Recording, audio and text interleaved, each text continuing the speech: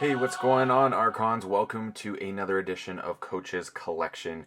This week we have something special because this deck is near and dear to me.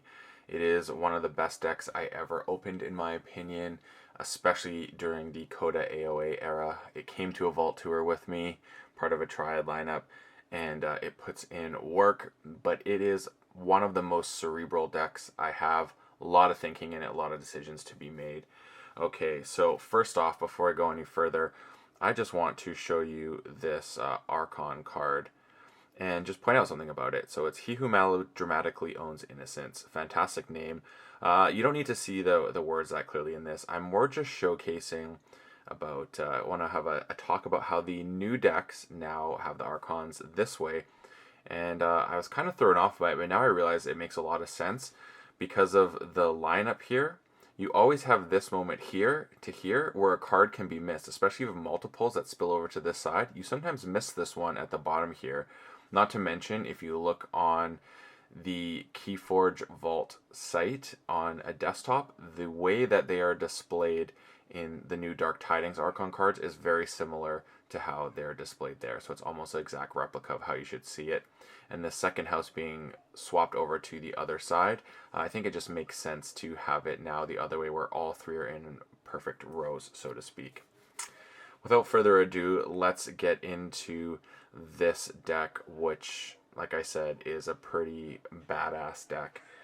So this deck has Binding Irons, Double Exhume, Streak, Anguish, Old Yerk, Double Pandemonium, Spider, Three Fates, Ancient Yerk, Collar of Subordination, Binite Rupture, Standardized Testing, Igor, Hexbion, Double Titan Librarian, Double ZYX Researcher, Brain Eater, Sloppy Lab Work, Pocket Universe, Double Gamgee, Ronnie, Sucker Punch, Throwing Stars, Whistling Darts, Dust Runner, Hidden Stash, and then to finish it off, a triple routine job, which is kind of the cherry on top.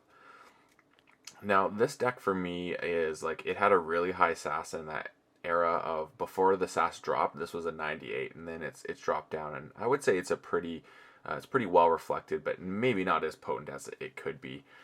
So things about this deck that are really interesting. Well, the Pandemoniums, I think, are the most interesting card, believe it or not, in this deck, because sometimes they're dead cards and sometimes they're going to save your butt going into the end.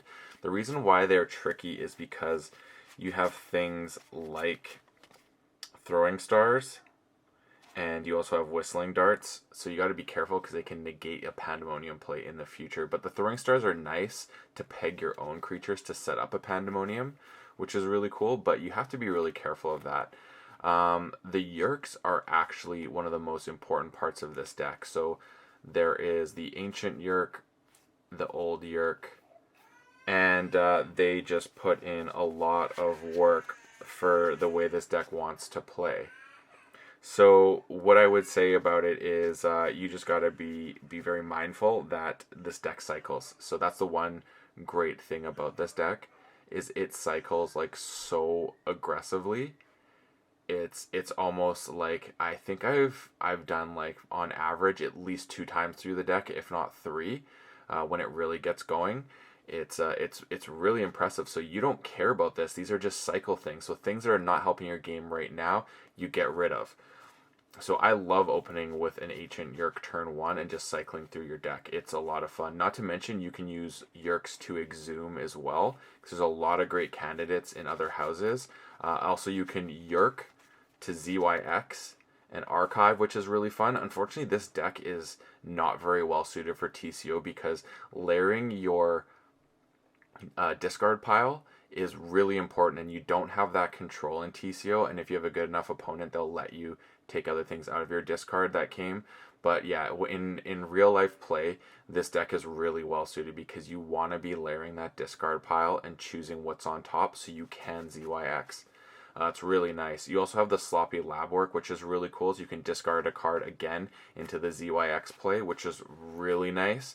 So there's always those moments there that I really like. Especially like there's even really cool plays where you go like Ronnie into an exhume. So if you know you're like in this play here, you can discard you can discard things over here, or in you can discard things with like a Sloppy Labwork, for example, the Ronnie, because you know you're going to go Dis next turn, and then you get that Ember control on board.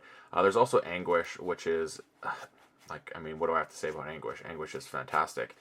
And Anguish works really well with the idea of using your throwing stars. Other than that, you kind of have to fight with Anguish, but the throwing star is the only thing that really can put damage on it right away. But Anguish is just such a nice card in this deck. It always puts in work for me. I absolutely love it. It's really good for making people forge at a higher cost. Obviously, this has a collar as well, which is never a bad thing. The Binate Rupture is a really interesting card in this deck. I've had it win games for me, hands down. You kind of take a gamble, double the Ember, and hopefully your opponent, your opponent's not going into check necessarily, but you're putting them in a position where they're going to be closer to check, and the idea is you're really far ahead, and then they have struggles with it. Standardized testing in this deck with a lot of cool 2s that you want to get rid of. If 1s are on board, this isn't as potent, but with the 2s, you have Hex Beyonds, you have Igors, you have your ZYX researchers, and then you got Exhumes and things like that that can utilize those things. So there's really fun stuff there. Again, Ronnie's to get destroyed and then Exhume it again.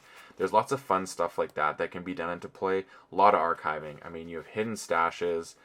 You have your whatchamacallit. You have Hex Beyond's archiving. You have Titan Librarians, double them archiving. You can get your ZYX archiving as well. You have Sloppy Labwork, a lot of archiving.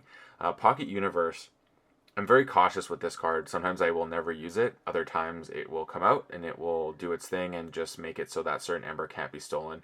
It's really nice when your opponent has no artifact control and cards in their deck that need you to be at 7 Ember to really punish you, or 6, stuff like that. So if you can go 5 Ember in the pool and then someone Pocket Universe, it can just create some problems.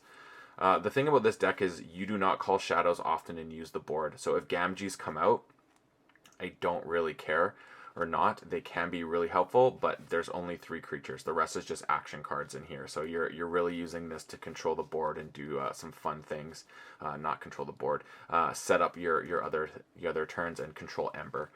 Now you can always go Exhume a Gamgee if you know you're calling shadows next turn. You can do that setup, which is kind of nice. Streak is just a little bit of disruption. Spider, again, a removal of a big creature if needed. But yeah, that's basically how this deck works. Is you're really abusing the Titan Librarian play with archiving, and then you're just setting up turns, and especially like setting up a 1-turn triple routine job, which is a lot of fun. You can even do the routine job into, like, make sure you finish your turn with that, and then ZYX to get it back next turn is a lot of fun as well. This deck just does some really wild things. It's a lot of fun to play, but one caveat is when Mass Mutations came out and that meta started existing, this deck did not fare as well as it did in the past. I'm curious to see now with Dark Tidings in the mix how this deck fares against those types of decks and the meta that's now emerging with that in play. So it's just going to be an interesting experiment. So I decided, hey, why not showcase this deck, which is like near and dear to my heart. I don't think I'll ever sell this one. And actually, no, I will never sell this deck. And I opened it. It's like one of my favorite pulls I've ever had.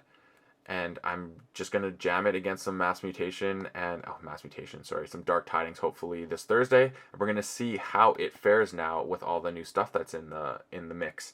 So that is He Who Melodramatically Owns Innocence. And I gotta say, it is a fun deck.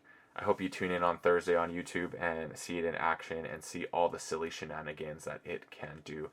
But until next time, may your Amber never be stolen and your keys forged promptly. Have a good one.